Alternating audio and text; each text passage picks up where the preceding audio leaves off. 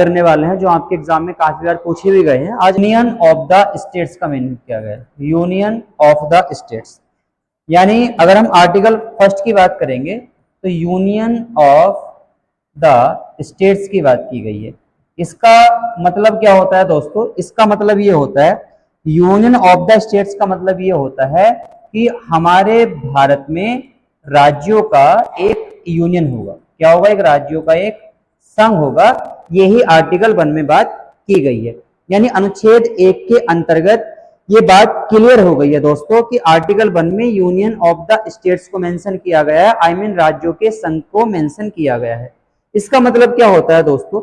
राज्यों का संघ का मतलब ये होता है कि सभी राज्य एक यूनियन बना के अपना काम करेंगे और सभी के सभी राज्य केंद्र के अधीन ही क्या करेंगे? काम करेंगे। दूसरी बात, इसमें एक फैक्ट जो आपके एग्जाम में बहुत ज्यादा पूछा जाता है, वो फैक्ट ये है दोस्तों कि किसी भी राज्य को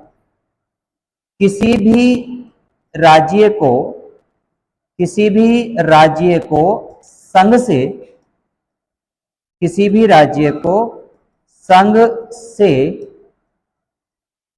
अलग होने का अधिकार नहीं है।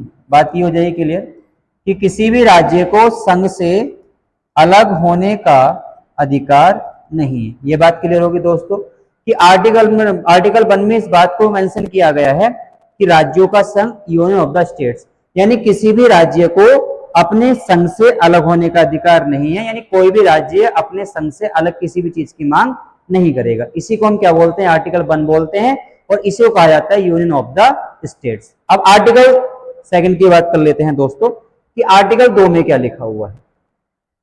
आर्टिकल 2 की बात कर लेते हैं कि आर्टिकल 2 में किस चीज को मेंशन किया गया है।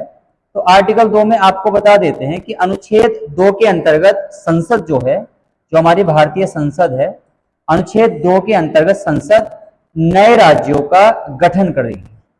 संसद यानी नए राज्यों का गठन कर सकती है।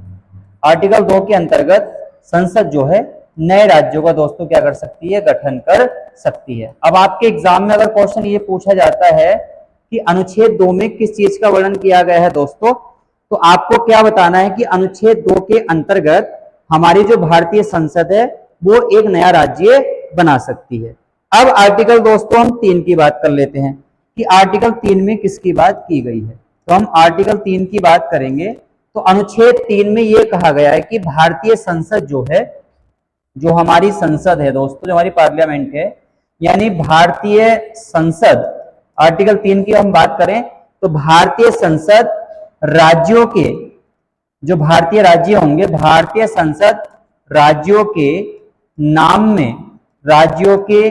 में परिवर्तन कर सकती है, उनकी सीमा में परिवर्तन कर सकती है। तो यानी अनुच्छेद 3 में यह कहा गया है दोस्तों कि हमारी जो भारतीय संसद है वो भारतीय राज्यों के नाम में क्या कर सकती है? परिवर्तन कर सकती है। तो इसमें जो मेन आर्टिकल वो 1 और 2 और 3 ही पूछे जाते हैं आपके एग्जाम में।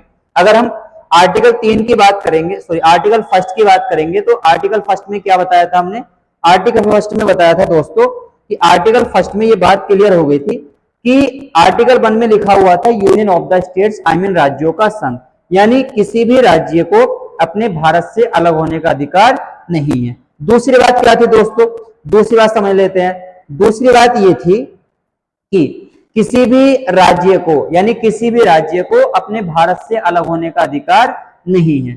और अगर हम आर्टिकल 2 की बात करेंगे दोस्तों कि आर्टिकल 2 में क्या कहा गया है, तो आर्टिकल 2 में कहा गया है, आर्टिकल 2 में यह कहा गया है दोस्तों कि हमारी जो भारतीय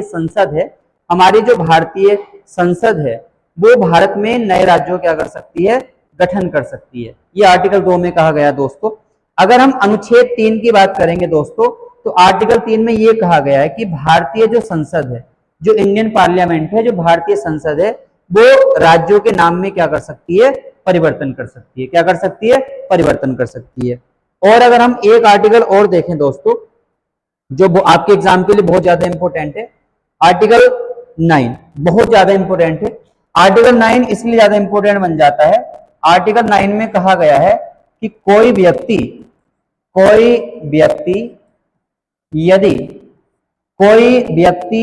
यदि अपनी इच्छा से कोई व्यक्ति यदि अपनी इच्छा से विदेशी नागरिकता स्वीकार करता है, विदेशी नागरिकता स्वीकार करता है, विदेशी नागरिकता स्वीकार करता है,